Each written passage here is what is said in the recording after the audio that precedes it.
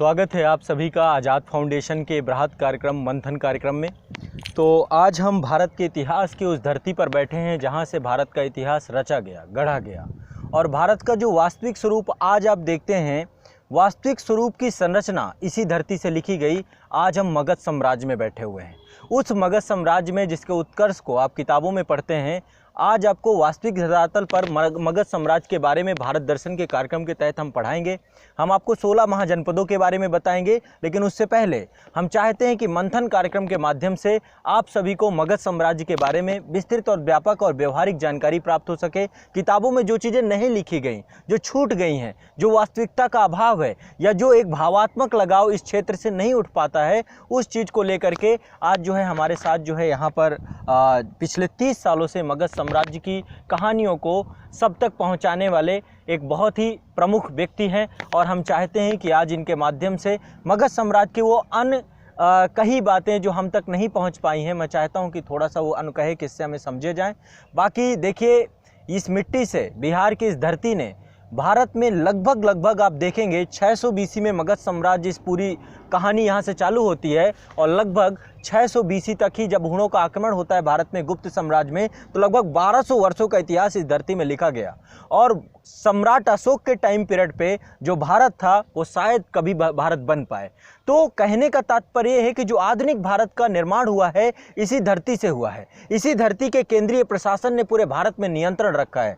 तो इसका एक बहुत बड़ा महत्व है जिसको आज के समय में धूमिल सा कर दिया गया है। आज जो है किसी तरीके से मगध साम्राज्य की उस परंपरा को, मगध साम्राज्य के उस इतिहास को हमें जानना चाहिए। किस तरीके से हमारे देश का केंद्रीय प्रशासन था, किस तरीके से शासन सत्ता चलती थी और कैसे ये क्षेत्र एक केंद्रीय विषय वस्तु के तौर पे बना, इसको समझने का प्रयास करेंगे। उससे पहले मैं जो है एक बार सर से आग्रह करूंगा कि आप लोगों को इस क्षेत्र के बारे में बताएं, जो जानकारी है वो हम सब तक संप्रेषित करें और हमारे ज्ञानार्जन को बढ़ाएं।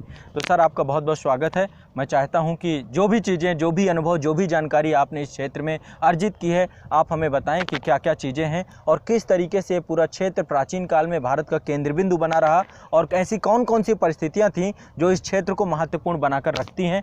आज इसका महत्व किस तरीके से उठाया जा सकता है? जी। तो सबसे पहले आप लोगों को मेरे तरफ से आदाब, सलाम, नमस्ते, प्रणाम।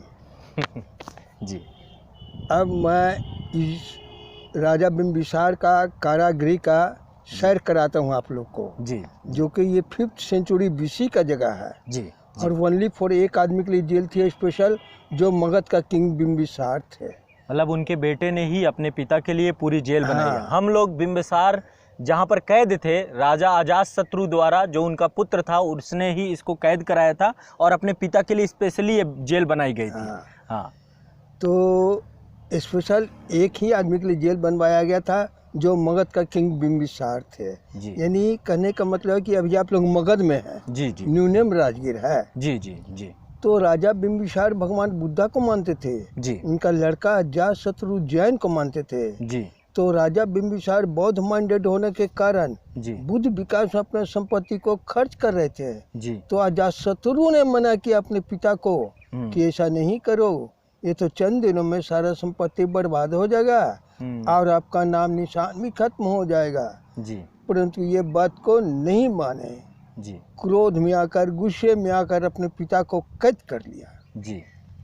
कैद कर लेने के बाद कुछ दिन तो अंडरग्राउंड रखे अपने महल के पास। जी। उनका महल था राजगीर टाउन में बस स्टैंड के पास। जी जी जी। फिर अपने मंत्री संतरी को आदेश दिया कि एक जेल बनवा डालो। जी। राजा बिंबिसार को यह बात मालूम पड़ गया मेरे लिए एक जेल बनवाया जा रहा है। जी। उन्होंने अपने प्रस्ताव रखे कि ठीक है भाई, मेरे लिए तो जेल बनवा ही रहे हो, परंतु ऐसा जगह जेल होना चाहिए मेरे लिए जहाँ पर से प्रतिदिन भगवान बुद्ध का दर्शन होता रहा है। जी। उनका प्रस्ताव राज दरबार में मान लिया गया। जी। तो देखा जाए सर, ये जो ऊंचा सा टीला दिख रहा है मंदिर के डाउन में, जी जी जी। इस पर्वत का नाम है गृधकूट पर्वत, यानी वल्चर पीक। जी। इसी पर लॉर्ड बुद्धा बैठकर उपदेश दिया करते थे। जी। इसलिए यहाँ पर जेल बनवाया गया था। जी। और जेल के रूम के यहाँ पर एक रूम था। जेल के रूम के बाई विंडो द्वारा एवरीडे भगवान बुद्ध का दर्शन कर रहे थे सुबह शाम। जी। इतना ही नहीं, अजातशत्रु ने अपने पिता को बंदी बनाकर खाना पीना भी बंद कर दिया, किसी व्यक्ति से मिलना भी बंद कर दिया। परंतु हाँ, अजातशत्रु की माँ रानी कौशल्या को यहाँ पर आने का ऑर्डर मिला था मुलाकात करने के लिए जी। वो भी कुछ खाना वगैरह लेकर नहीं आना है, तो वो किस रूप में आती थी? अपने सारे बदन में मधुमाखन लगा कर आती थी, साड़ी की पल्लू से ढक कर के, और अपने पति बिंबिसार का जिह्वा से सारा बदन को चटाती थी। तो कुछ दिन तो ऐसे जिंदा रहा है।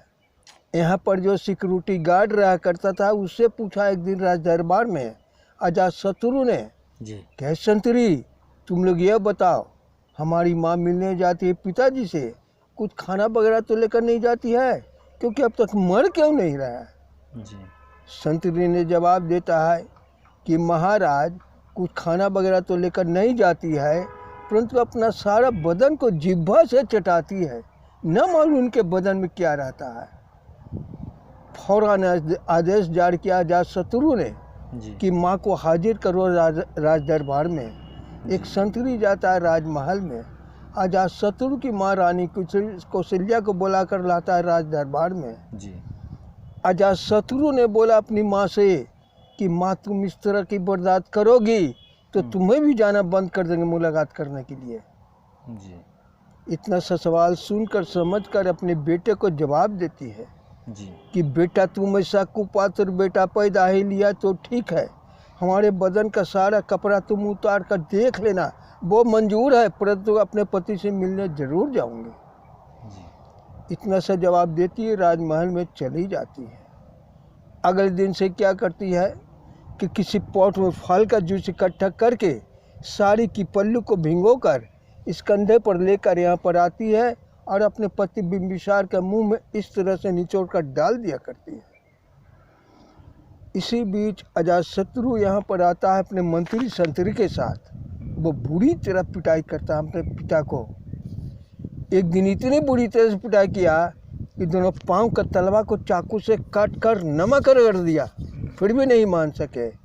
इसीलिए अजातशत्रु का उपनाम रखा गया पितृहंता। पितृहंता जी, पिता को हनन करने वाला। तो अजातशत्रु भी तो अपने पुत्र के द्वारा वो भी खत्म किया गया। इसी बीच अजातशत्रु को एक लड़का पैदा लिया जिसका नाम रखा उदयन राजा। वो काफ़ी खुशी मना रहे थे, धूमधाम से उत्सव मना रहे थे।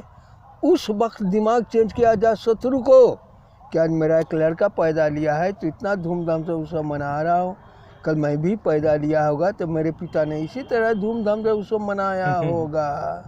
ओह माय गॉड, चलो आज पिताजी को जेल से मुक्त कर दिया जाए जी। अपने महल से अपने मंत्री संतरी के साथ चलकर आ ही रहे थे अपने पिता को मुक्ति दिलाने हेतु ढोल बाजा के साथ खुशी में। परंतु राजा बिंबिसार को यह बात मालूम पड़ गया कि अजातशत्रु फिर आ रहा अपने मंत्री संतरी के साथ, हो सकता है मुझे जान मार डालेगा, अब क्या करूं मैं, काफी घबरा गए। संजोग की बात कहा जाए, राजा बिंबिसार का हाथ में एक डायमंड रिंग था, वो चाट कर प्राण को यहीं पे सुसाइड कर लिया। अब न वो राजा रहे न वो समय रहा, दिन प्रतिदिन मिट्टी झाड़ी के नीचे दबता चला गया। थोड़ा सा आंशिक खुदाई एक जगह किया था ब्रिटिश गवर्नमेंट का डायरेक्टर लॉर्ड कनिंघम ने जी 86 में जी। एक पत्थर का रूम बरामद हुआ था। इसी रूम के अंदर से एक हाथ का हथकड़ी आयरन में निकल पाया गया था, जो यहाँ से ले जाकर फर्स्ट ऑफ ऑल तो नालंदा का म्यूजियम में शिफ्ट किया था, फिलहाल उसको दिल्ली के नेशनल म्यूजियम को ट्रांसफर कर दिया, राष्ट्रीय संग्रहालय में रखा हुआ है जी।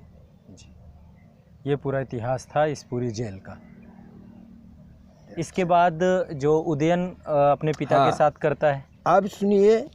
अब जो है इस राज्य में 5 पर्वतों से चारों तरफ से घेराबंदी है जी। और 5 पर्वत कौन से हैं? और 5 पर्वत एक दूसरे से ज्वाइंट है जी, परंतु इतिहासकारों ने सभी के नाम अलग अलग रखा है जी। इसीलिए यहाँ राजधानी बसाए हुए थे ताकि बाहरी दुश्मन कोई आक्रमण न कर सके। जैसे देखिए, 1 नंबर पर्वत का नाम है विपुल गिरी। 2 नंबर का नाम है रत्नागिरी। 3 नंबर इस कोरन में उदयगिरी। 4 नंबर पर्वत का नाम है सोनागिरी। और 5 नंबर पर्वत का नाम है वैभवगिरी के नाम से प्रसिद्ध है। वैभवगिरी, विपुलगिरी, रत्नागिरी, उदयगिरी, सोनागिरी, वैभवगिरी। तो इस राज्य में 2 पर्वत के अंदर से हॉट वाटर भी आता है जी। 1 नंबर और 5 नंबर, इसलिए कि दोनों पर्वत में सल्फर का मात्रा अधिक है, जिसके कारण हॉट वाटर आता है। सल्फर की मात्रा, जी बिल्कुल जी। अब रही बात कि अजातशत्रु का पुत्र जो उज्जैन था जी। तो उसी तरह से अपने पिता यानी अजातशत्रु को उसी तरह से तरपा कर जान मारकर और यहाँ से राजधानी उठाकर पाटलिपुत्र बसाया, जिसका आज पटना नाम है। जी जी जी जी। तो एक ये आपका वैशाली ये क्षेत्र था, पहले वैशाली गणराज्य हुआ करता था, जहाँ पे बहुत सारे गणराज्य थे, चाहे वो मल्ल उस समय पावापुरी के मल्ल होते थे, लिच्छवी गणराज्य होता था। तो अजातशत्रु ने एक बार चढ़ाई की थी वैशाली के ऊपर, उसका जो मंत्री था वर्षकार, वो कुछ किस्सा आपको जानकारी में है उसके बारे में जानकारी कि किस तरीके से उसने वैशाली पे षड्यंत्र किया, वर्षकार को पहले मंत्री पद से हटाया और उसको वैशाली संघ में प्रवेश किया, और प्रवेश करने के बाद उस पूरे संघ में फूट डलवाई, और फूट डलवाने के बाद फिर उसको कमज़ोर करके आक्रमण कर दिया और वैशाली को भी मिला लिया, क्योंकि मगध साम्राज्य को धीरे धीरे विस्तारवादी नीति अजातशत्रु की थी। और आपको जैसे कि पता होगा बिंबिसार के वैवाहिक संबंध थे कौशल नरेश से, राजा प्रसेनजीत की बेटी जो है यहाँ ब्याही थी, और कौशल नरेश कहते हैं जब बिंबिसार ख़त्म हो जाता है तो काशी दहेज में मिलता है, काशी बनारसी उस समय दहेज में मिला हुआ था मगध साम्राज्य को। तो अजातशत्रु फिर उसे हथियाता है और उसको लेकर के भी बड़ी लड़ाई होती है। फिर अवंती नरेश की पूरी कहानी, जो उज्जैन वाला क्षेत्र है, महिष्मती साम्राज्य जो था आपका उस समय, महिष्मती राजधानी, जैसे कि मगध की राजधानी गिरिब्रज या राजगिरी या फिर पाटलिपुत्रा थी, वैसे अवंती का शासक प्रद्योत होता था उस समय। हाँ प्रद्योत, हाँ अवंती नरेश प्रद्योत होता था, और अच्छे संबंध थे इन लोगों के, अजातशत्रु से भी अच्छे संबंध थे। यहाँ पे उस समय बड़े बड़े ऐसे ऐसे लोग थे, बिंबिसार के दरबार में जीवक रहता था, वैद्य राज्य जीवक, आपने नाम सुना होगा, और बड़ा सर्जरी स्पेशलिस्ट थे, वो ब्रेन को जो है ब्रेन सर्जरी करते थे। तो अवंती नरेश प्रद्योत जब उनको सर में पीड़ा चालू हुई तो यहाँ से फिर उसको भेजते हैं। तो बिंबिसार बहुत ऐसा शासक हमने देखा जो बहुत ज़्यादा एक तरीके से सहिष्णु शासक था, वैवाहिक संबंधों के माध्यम से युद्ध को प्राथमिकता नहीं देते हैं। लेकिन अजातशत्रु उनका बेटा फिर धीरे धीरे साम्राज्य विस्तार नीति को अपनाता है ना। तो चलिए अब इसके माध्यम से देखिए एक बहुत बड़ा अनुभव हमारे सामने है, ये लगातार प्रत्यक्षदर्शी रहे हैं चीज़ों की, लगातार लोगों को गाइड करते रहे हैं, और मगध साम्राज्य को जितने करीब से इन्होंने जाना है, हम लोगों ने तो किताबों में पढ़ा है, तो आज हम भी आए हैं इस मिट्टी में इतिहास के पन्नों को ढूंढने के लिए। आज आपको यहाँ से भारत दर्शन कार्यक्रम के अंतर्गत 16 महाजनपदों के बारे में और मगध साम्राज्य का उत्कर्ष, इतने टॉपिक को हम पढ़ाएंगे। मैं आपको हर्यक वंश के बारे में पढ़ाऊंगा, इसके बाद आपको कर्ण वंश के बारे में पढ़ाऊंगा, इसके बाद आपको नंद वंश के बारे में पढ़ाऊंगा, इसके बाद मौर्य साम्राज्य के बारे में हम पढ़ेंगे, और मौर्य साम्राज्य के बाद मौर्योत्तर काल में जो आपके शासक आए, चाहे वो आपके हिंद यूनानी विदेशी आक्रमण हुआ हो, चाहे इसके बाद शक आए हों, पल्लव आए हों, कुषाण आए हों, या फिर जो अन्य जो छोटे स्थानीय शासक थे, इसके बाद फिर जो विशाल गुप्त साम्राज्य की स्थापना होती है उसके शासकों के बारे में पढ़ेंगे। लेकिन देखिए ज़्यादा बेहतर क्या रहेगा कि मौर्य साम्राज्य को हम सेपरेट पढ़ें। मौर्य साम्राज्य अपने आप में बहुत विस्तृत है, और उसके जो तीनों शासक है, चाहे वो चंद्रगुप्त मौर्य हो, चाहे बिंदुसार हो, चाहे सम्राट अशोक हो, या उनके उत्तराधिकारी हो, इस साम्राज्य को हम बहुत अच्छे से पढ़ेंगे। इसके बाद शुंग वंश आता है, हाँ मौर्य वंश के बाद शुंग वंश जो पुष्यमित्र शुंग होता है उसके द्वारा स्थापित किया जाता है, तो और उसके बाद आपका कर्ण वंश है। तो यहाँ पर हम बहुत डिटेल से एक एक चीज़ों को बारीकी से समझने का प्रयास करेंगे। मेरा प्रयास रहेगा कि यहाँ से आपको मगध साम्राज्य का उत्कर्ष पढ़ाऊँ, बाद में गुप्त वंश और मौर्य काल, इन दोनों को हम डिटेल से पढ़ेंगे अगले सेशंस में। तो चलिए भारत दर्शन के इस कार्यक्रम को आज़ाद आईएएस अकेडमी में आप सभी देखेंगे, प्रतीक्षा करिए। बहुत बहुत शुक्रिया, बहुत बहुत धन्यवाद।